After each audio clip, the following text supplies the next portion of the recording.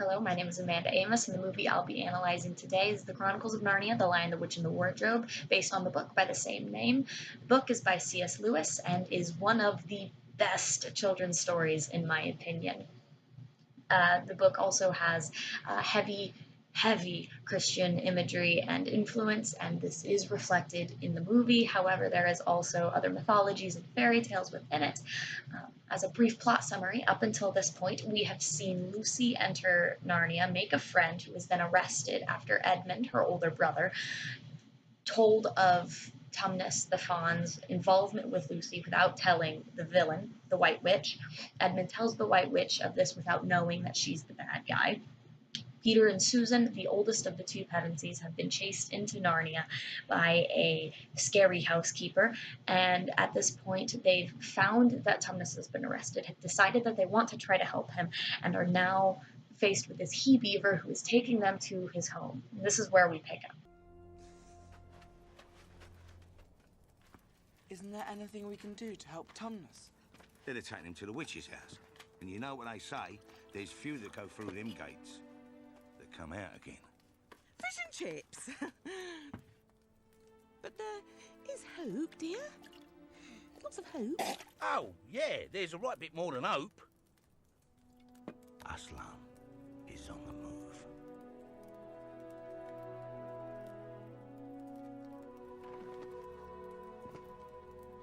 Who's Aslan? Who's Aslan? You cheeky little blighter. What? You don't know, do you? Well, we haven't exactly been here very long. Well, he's only the king of the whole wood. The top geezer.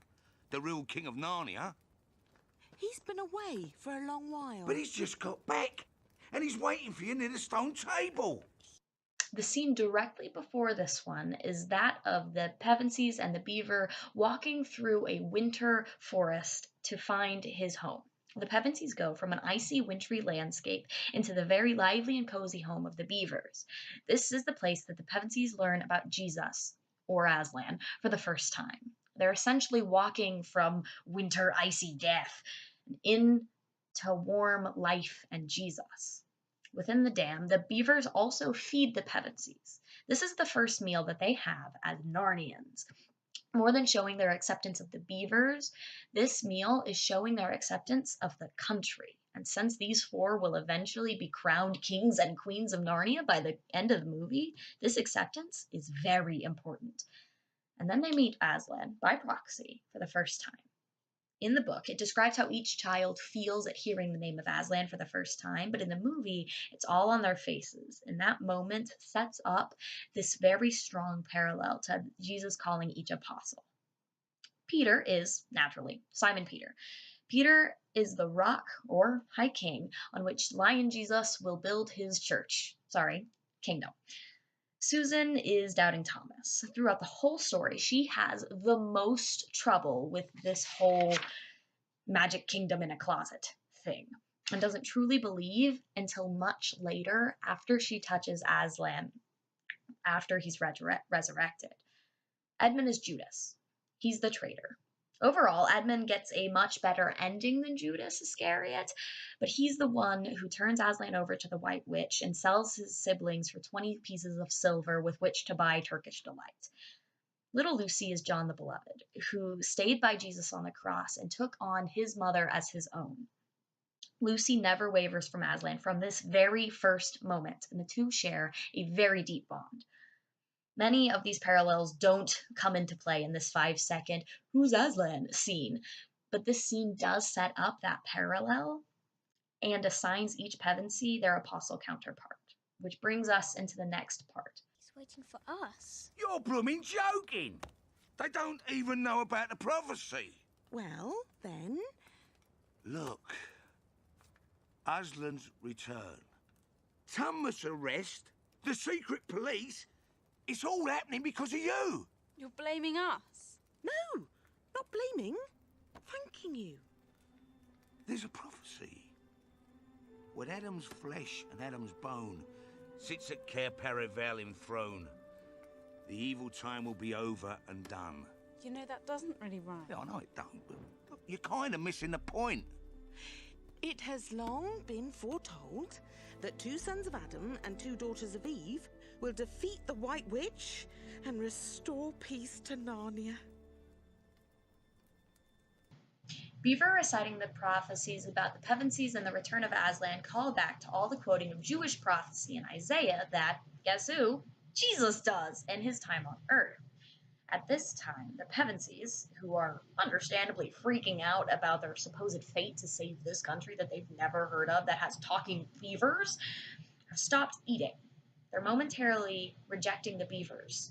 And by rejecting the beavers, they're rejecting Narnia and Aslan. They're rejecting their fate. They're rejecting to fight the White Witch, to save Narnia, and to take the throne. It's worth noting that during this exchange is when Edmund slips out, but more on that in a minute. And you think we're the ones? Well, you better be, because Aslan's already fitted out your army. Our army? Mum sent us away so we wouldn't get caught up in a war. I think you've made a mistake. We're not heroes. We're from Finchley. Thank you for your hospitality. But we really have to go. You can't just leave. He's right. We have to help Mr. Tumnus. It's out of our hands. I'm sorry, but it's time the 4 of us were getting home. Ed? Ed? I'm gonna kill him. You may not have to. Has Edmund ever been to Narnia before? Beaver's comment of Aslan having an army calls almost to the Book of Revelation. Lucy's the one who comments on it. John the Beloved wrote the Book of Revelation. But more than that, Revelation is when Jesus comes back with a huge army to break the hold of Satan over the earth forever. And this is what Aslan will do with his army. He's returning, he has one, and he's going to defeat the White Witch. Susan's comment of, "We're from Finchley," is almost comical, a small line that seems to reference the humble origins of the apostles. They were fishermen and tax collectors. The Pevensies are children from an obscure English town that are going to save a mythical kingdom. But it's when Susan stands to leave that it becomes evident that Edmund is gone. The calling of the disciples becomes the Last Supper with this realization. This is Edmund's betrayal and Judas's kissing Jesus in the garden. Edmund leaves and condemns Aslan to the stone table. Edmund's leaving in the earlier clip struck me as very, what you are about to do quickly, which is when Jesus tells Judas to go about his plot, and Judas just leaves in the middle of the Last Supper. Edmund does too. He just leaves without anyone noticing or commenting about it, and goes on this trek through a winter forest to find the White Witch's palace, which is full of things in and of themselves. But this is when we leave the nice, cozy, little, comfortable home of Aslan and warmth and life of the Beaver's Dam and into the scary, obscure, and dangerous winter landscape of the White Witch. This is when Edmund turns the apostles coming together into the Last Supper.